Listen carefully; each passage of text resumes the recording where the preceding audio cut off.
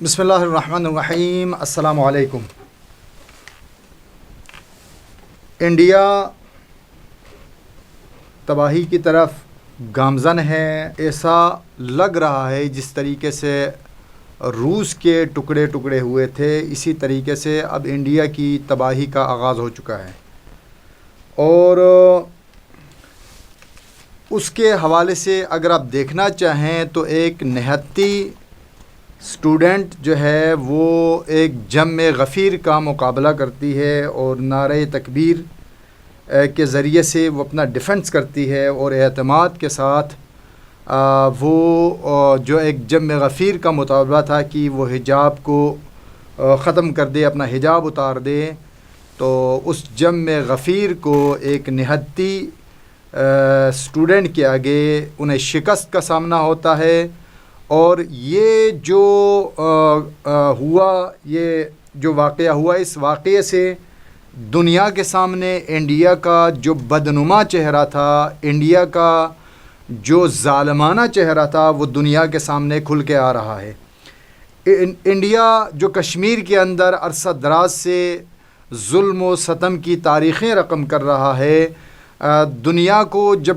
کشمیر کی مظلومیت اور کشمیر کے اوپر انڈیا کی جو ظلم کی داستانیں ہیں جب بیان کیا جاتا تھا تو انڈیا اس سے انکار کرتا تھا، اور عالمی انسانی حقوق کی تنظیمیں اور اسی طریقے سے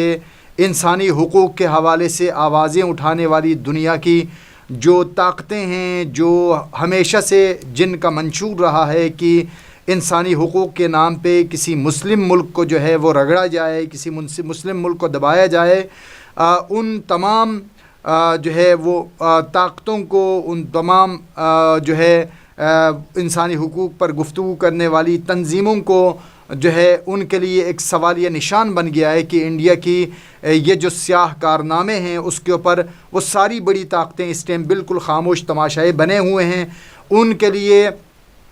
اس وقت جو ہے ان کی تقریباً آپ کہہ سکتے ہیں ان سب کے منہ پہ کالک ملا جا رہا ہے، لیکن وہ خاموش ہے چونکہ وہ ایک مسلم ملک نہیں ہے۔ اگر انڈیا مسلم ملک ہوتا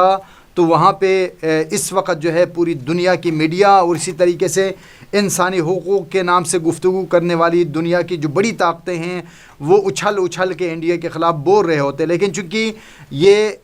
اسی جو عالمی جو طاقتیں ہیں جو انسانی حقوق کے نام پہ مسلم امہ اور مسلمان ممالک کو ہٹ کرتے ہیں، چونکہ یہ انہی کا حصہ ہے، اس وجہ سے انڈیا کو ان کی طرف سے کوئی پریشر کا سامنا نہیں ہے۔ لیکن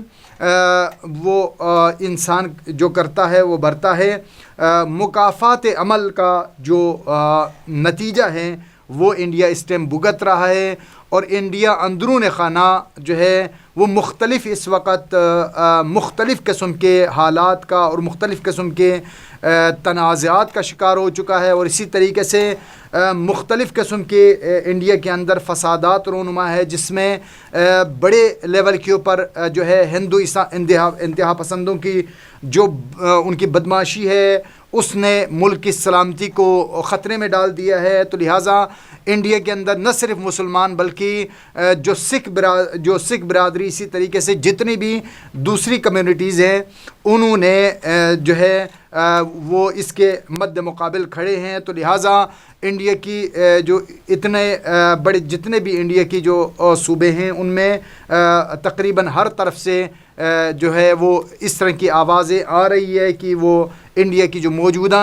شدت پسند جو حکمران ہیں مودی سرکار کی، اس سے جو ہے ان کو چھٹکارا چاہیے۔ تو لہٰذا ظاہراً دیکھنے میں یہی آ رہا ہے کہ انڈیا اب تباہی کی طرف گامزن ہے، اور انڈیا عنقریب شاید آپ کو خبریں ملے گی کہ انڈیا کے بھی ٹکڑے ہونے والے ہیں۔ یہ اگر آپ دیکھیں گے تو شاید انڈیا کی وہ جو ظلم انہوں نے تاریخ کے اندر کیے ہیں اس ظلم کے حوالے سے یہ مکافات عمل ہے، یا ان کے اپنے کرتوت کا رزلٹ ہے جو خدا کی طرف سے ان کو اب ملے گا، جس میں ایک بڑا عمل دخل اگر آپ دیکھیں جو ہے انڈیا کے اندر ایک مسلمانوں کی ایک عظیم تاریخی مسجد کی شہادت سے لے کے جو انڈیا کے اندر مسلمانوں کے اوپر ظلم و ستم ڈھایا گیا، اور اس میں ظلم کی کتنی داستانیں ایسی ہوں گی جو انڈیا کی جو پابند میڈیا ہے وہ سامنے نہیں لا سکی۔ اسی طریقے سے سوشل میڈیا کو بھی اتنی آزادی یقیناً نہیں ہے کہ وہ انڈیا کے اندر مسلمانوں اور دیگر فرقوں پر، مسلکوں پر ہونے والے ظلم کی داستانوں کو نشر کر سکیں۔ اسی طریقے سے کشمیر کو انہوں نے چاروں اطراف سے گھیرا ہوا ہے، اور تاریخ کے اندر شاید آپ کو ایسے واقعات کم ملیں گی کہ کشمیر کی اپنی جو آبادی ہے اس سے زیادہ وہاں پہ انہوں نے سولجر روانہ کیے ہیں، اور وہاں پہ انہوں نے اپنی افواج سے چاروں طرف سے گھیر رکھا ہے تاکہ سوشل میڈیا کے ذریعے سے بھی کشمیر کے اوپر یہ جو ظلم و ستم کر رہے ہیں اس کی خبریں دنیا تک نہ پہنچ سکیں۔ اس حوالے سے انہوں نے نہ صرف یہ ہے کہ جو کشمیر کی سرحدوں کو انہوں نے بند کیا ہوا ہے، بلکہ انہوں نے انٹرنیٹ سروس اور دیگر جو سروسز ہیں جس کے ذریعے سے سوشل میڈیا کے تک کوئی رسائی ہو سکے، وہ تمام چیزیں انہوں نے بند رکھی ہیں تاکہ ان کی آواز باہر نہ آ سکے۔ لیکن بہرحال جو قادر مطلق ہے، جو خدا ہے، جو قہار ہے، اس خدا نے اپنے قہر کا نزول کر دیا ہے، اور اس ٹائم اس کی کیے ہوئے ظلم کا اسے خمیازہ بھگتنا پڑ رہا ہے، اور شاید آپ کو عنقریب انڈیا کی تباہی کی خبریں ملیں گی اور انڈیا کی ٹوٹنے کی خبریں ملیں گی، جس کا آغاز آپ کے سامنے آ رہا ہے کرناٹک کی ایک اسٹوڈنٹ مسلم بچی کے ذریعے سے۔ ان کی جو تباہی کا آغاز ہوا ہے، جس نے نہ صرف پوری انڈیا کے اندر بلکہ پوری دنیا کے اندر انڈیا کی بدنما اور ظالمانہ چہرے کو